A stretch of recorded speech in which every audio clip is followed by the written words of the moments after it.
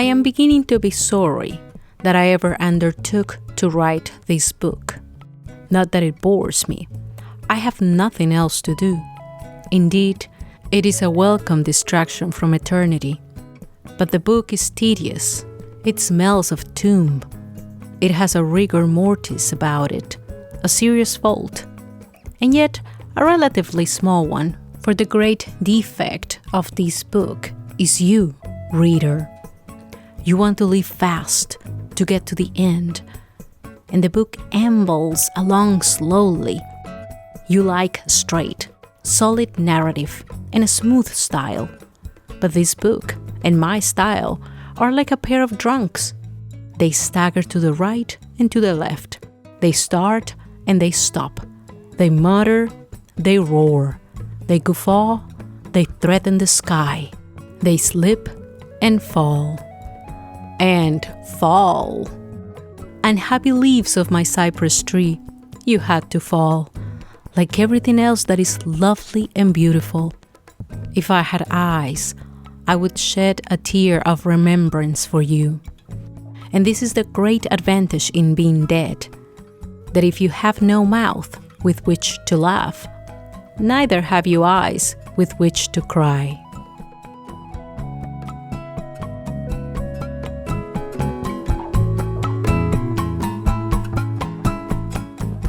Welcome, dear listeners of Tres Cuentos, the bilingual podcast dedicated to Latin America's literary, historical, and traditional narratives.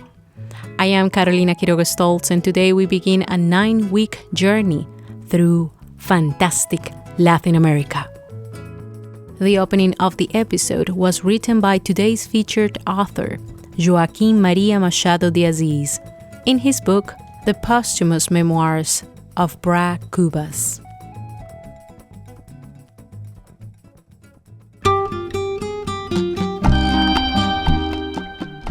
To those who have been with us, the name Joaquim Maria Machado de Assis perhaps sounds familiar. We featured one of his stories, The Bonze's Secret, early this year on episode 35. Then why bring him back?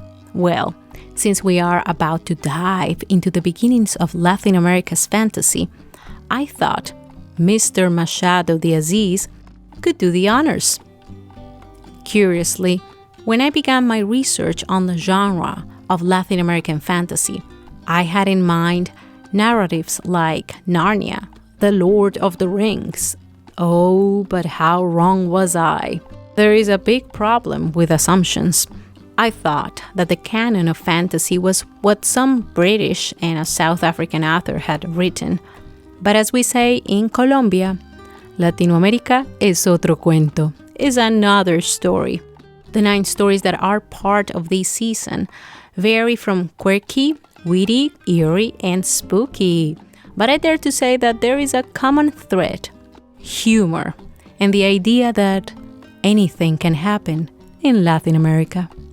Today's story, Canary Thoughts, can be found in the book Collected Stories of Machado de Assis, translated by Margaret Jewel Costa and Robin Patterson, published by W. W. Norton and Company, Inc. This funny story that helps us reflect on the futility of human assumptions regarding what reality is comes in the voice of the Brazilian-American storyteller Antonio Rocha. I will tell you more about him and his brilliant career in the States after this story.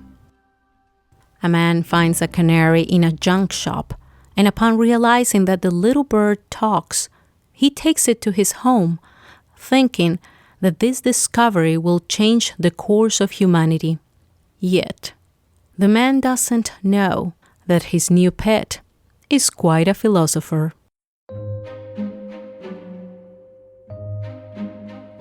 Canary Thoughts, written by Machado de Assis, read and adapted by Antonio Rocha.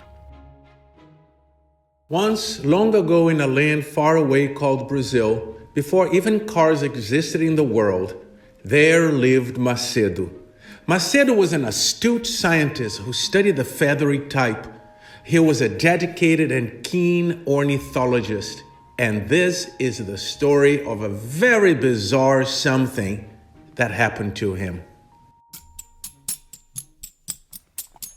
He was once walking down a busy street when all of a sudden a horse-drawn cart came careening towards him and almost knocked him over.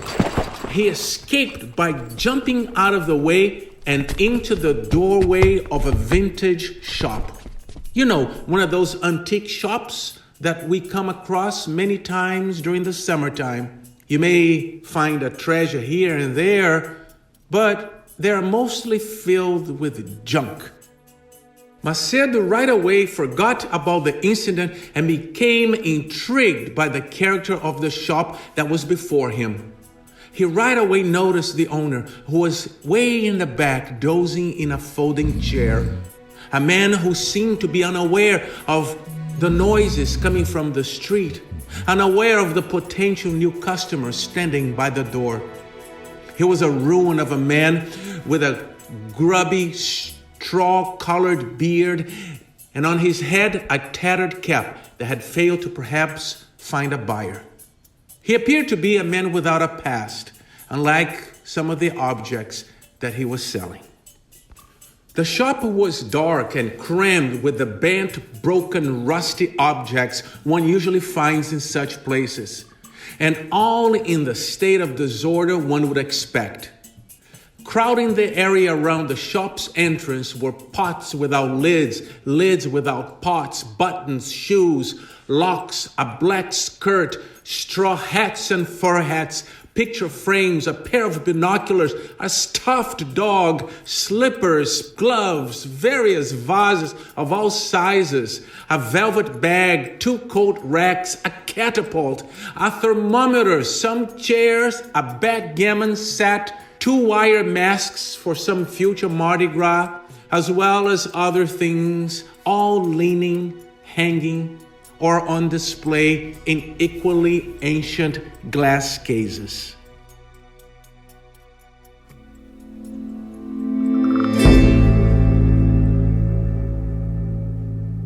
Macedo was just about to leave when all of a sudden he spotted a cage hanging in the doorway.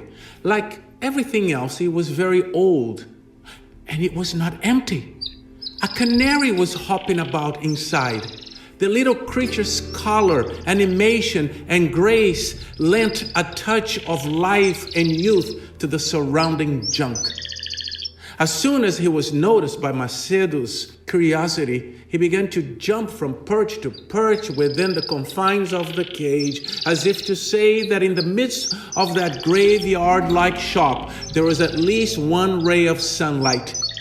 A tremendous sensation of pleasure entered Macedo's heart, followed immediately by an indignant sense of anger at the fate of this poor creature.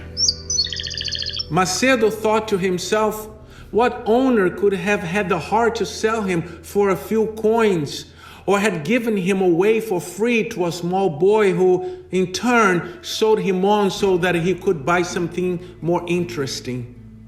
The canary paused, faced Macedo, and trilled. Whoever you are clearly not in your right mind. I had no owner, nor was I given to a child who then sold me on. Those are the imagining of a sick mind. Go cure it yourself, my friend. What? So your owner did not sell you to this shop where you bring life to it like a ray of sunlight?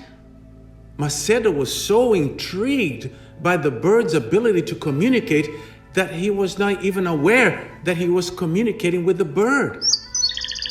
What? I don't know what sunlight means.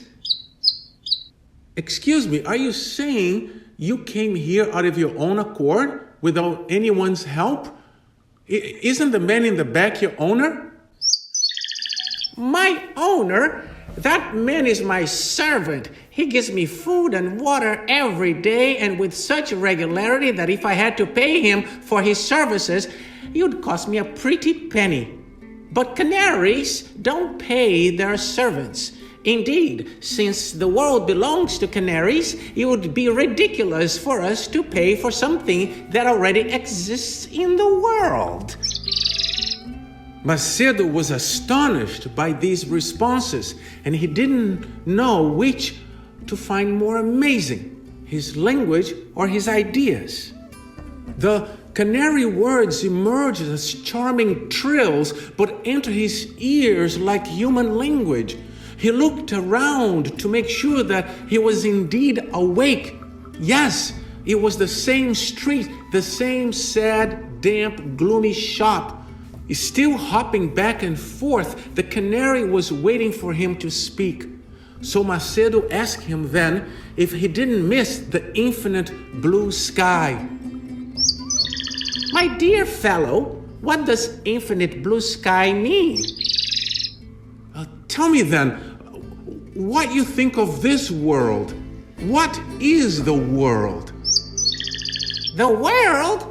Well, the world is a junk shop with a small square wicker cage hanging from a nail. The canary is the master of the cage he inhabits and of the surrounding shop. Everything else are illusions and lies. At this point, the old man, the shop owner, woke up and shuffled over towards Macedo. He asked if he wanted to buy the canary. Yes, I am very interested, but first, how did you come upon this bird? Let me see. Yes, I bought it from a barber along with a set of razors. The razors are in very good condition. Would you like to see them? No, I only want the canary.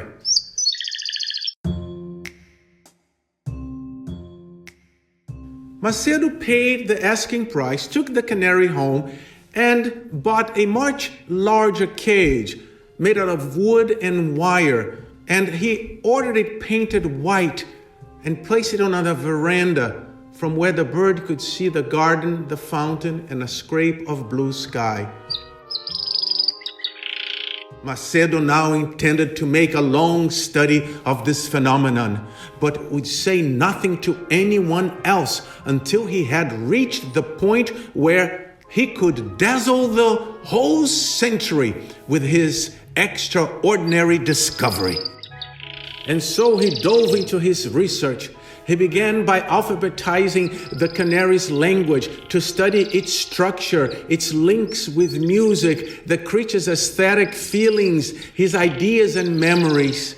Having completed this initial philology and psychological analysis, he immersed himself in the history of canaries, their origins, their early history, the geology and flora of the Canary Islands, whether he had any knowledge of navigation, and so forth and so on. They talked for long hours with Macedo taking notes and the canary waiting, hopping, and trilling about the insides of his new found home, the white cage. Since Macedo had no other family than 2 servants, he ordered them not to interrupt, not even with a letter or an urgent telegram or an important visitor. They both knew about his scientific studies and so found these instructions perfectly normal and did not suspect for a moment that the canary and Macedo could understand each other. Macedo worked harder than ever before. He slept very little, waking 2 or 3 times in the night to pace about. Then he would return to his work, rereading, expanding, and amending his thoughts. He had to correct more than one of the canary's observations. For 3 weeks after he came to live in Macedo's house, Macedo asked him to repeat his definition of the world. The world is a fair-sized garden with a fountain in the middle, a few flowers and shrubs, a little grass, clear air, and a scrap of blue up above. The canary, who is the master of this world, lives in a vast, white, circular cage, from which he views all these things. Everything else are illusions and lies. Macedo's obsession with this new work reached new heights. However, he could not yet write the article he intended to send to the National Museum, to the Historical Institute, and to various universities, not because he lacked material, but because he still needed to compile and confirm all these observations. Macedo was obsessed. He was not sleeping well, not eating well. And it all came together, and all of a sudden, on a Saturday morning, Macedo woke up feeling ill, with his head and back aching. The doctor ordered complete rest. So he remained bedridden for 5 days. Each morning, one of the servants was tasked with cleaning the cage and giving the canary his food and water. The canary said nothing to him, as if he knew that the servant lacked scientific training. On the 6th day, Macedo could no longer stay away from his fellow, the bird, so he left the confines of his bedroom, only to discover that the canary had escaped the day before while the servant was cleaning its cage. His first impulse was to strangle the servant. Overcome with rage, he slumped into a chair, his head spinning, unable to speak. The servant defended himself, swearing that he had taken every possible care, but that the bird had cunningly escaped. "Did you look for him?" Yes, we did, sir. At first, it flew up onto the roof, and so we went after him. Then he flew over a tree and disappeared. I've been asking everywhere, the neighbors, the local farmers, but no one has seen him.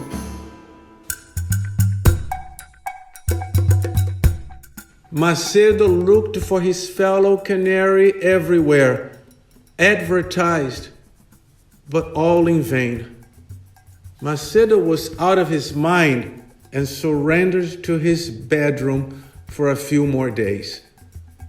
One of his closest friends came to visit him and insisted that they went out for a walk. Come on, Macedo. A bit of fresh air will do you wonders. Come over to my house. You love my gardens. It will be a good distraction. Macedo agreed. They went for a stroll in the garden before supper.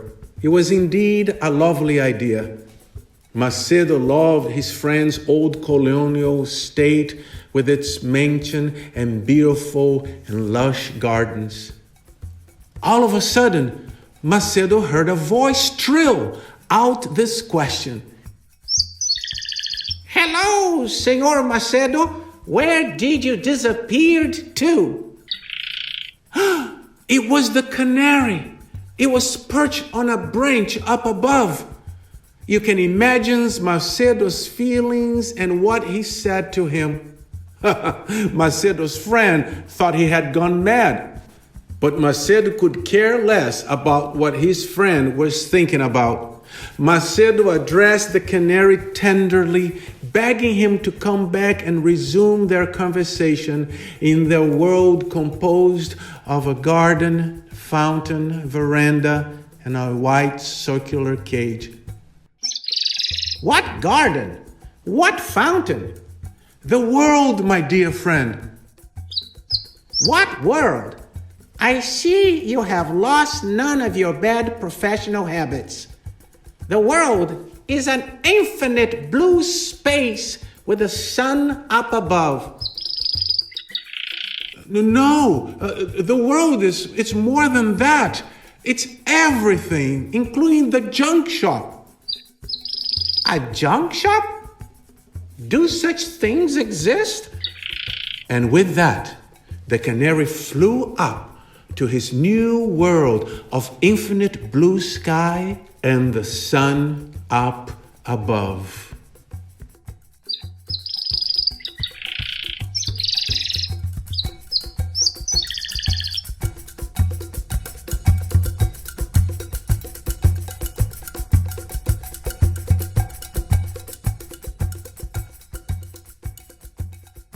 Very well, let's go back to the physical place that constitutes your reality.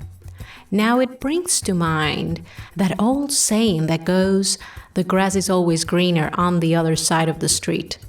Sometimes when everything in life is working perfectly, when we feel luckier or more intelligent than others, it may seem that the other could improve their lives if only they would follow our teachings or our way of doing things. But when we are going through a rough patch, it appears that those others are having a better time, and they likely have the key to happiness and abundance. In the story, the main character makes all kinds of assumptions. He even invents an origin tragic story to explain why the little bird ended up in that shop. In his tendency to generalize based on what he perceives about the shop owner, he says, He was a ruin of a man with a grubby, straw-colored beard, and on his head a tattered cap that had failed to perhaps find a buyer. He appeared to be a man without a past, unlike some of the objects that he was selling. This reminds me of the times when children seem to have a hard time understanding that I, or any other adult, was a child once. It is as if children assume that we, grown-ups, come already developed, that pretty much we are ordered online and delivered old, grumpy, and boring. On the other hand, if we reflect further, we could ask ourselves how many times have we met someone and have constructed a whole backstory for them based on generalities. And from there, we either like or dislike what we see, only to realize later how wrong we were, that in our minds we labeled the other person a villain, a victim, or a hero. But of course, they are just as human, as afraid, lost, confused, happy, and hopeful as we are. Before we dive more into the life of today's feature author, Joaquim Maria Machado de Assis, allow me to introduce today's voice.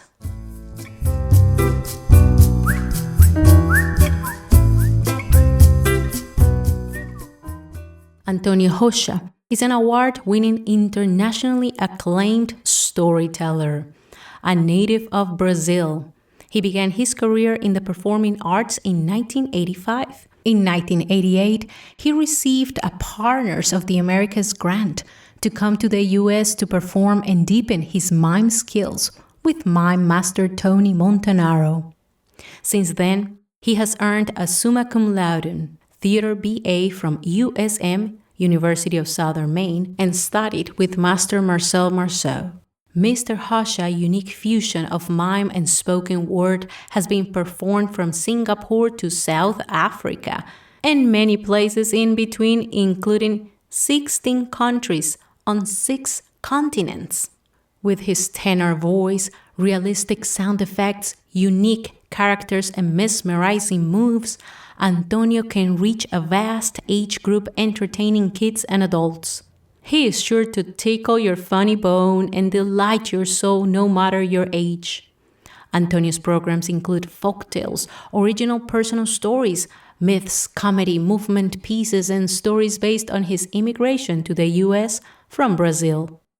Antonio has 3 very entertaining and educational award-winning DVDs, a picture book, and a few awards, including the coveted Circle of Excellence Award by the National Storytelling Network.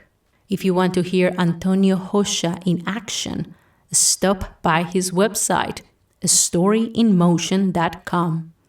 There are some very entertaining videos there. One interesting thing that came out of Antonio's collaboration with our podcast is that Antonio had already incorporated today's story in his repertoire. Oh, the power of stories.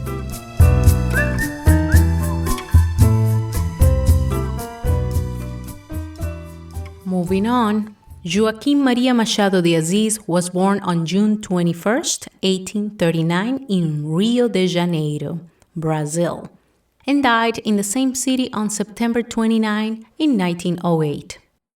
Machado de Assis' literary career includes poetry, novels, short stories, plays, chronicles, translations, including Oliver Twist by Charles Dickens, parliamentary reports, music scores, economic outlooks articles, and much more.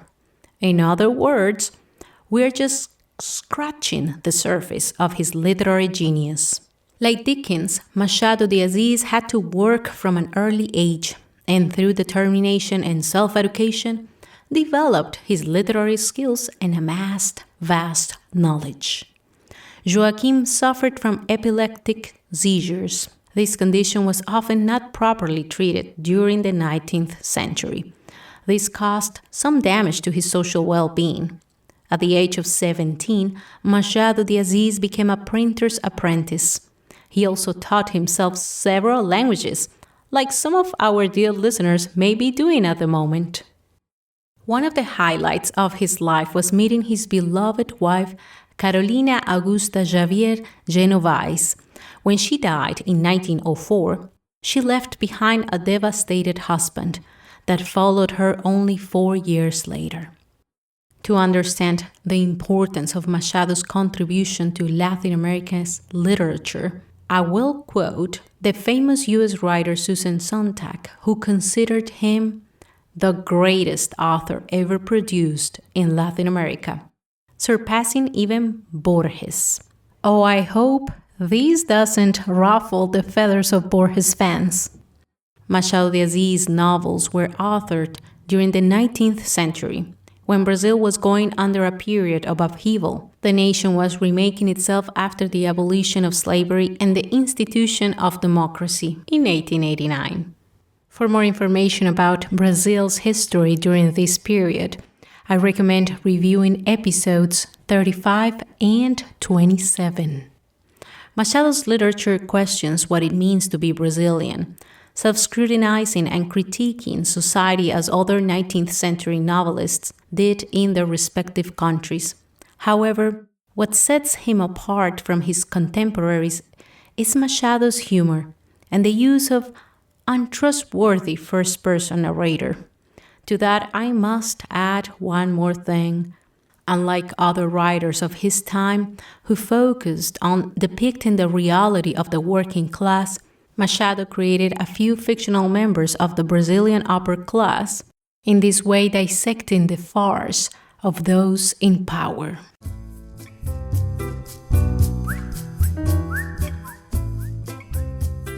To conclude today's program, I want to close with another of Machado's quotes about how things lead to the creation of other things.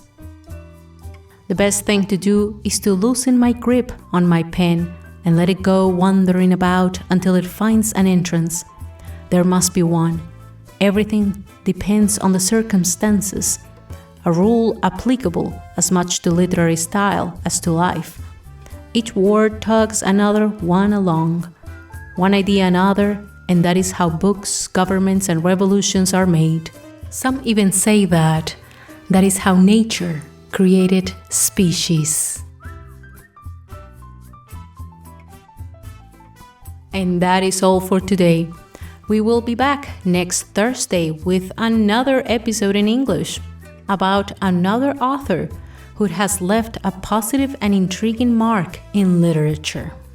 Rubén Darío.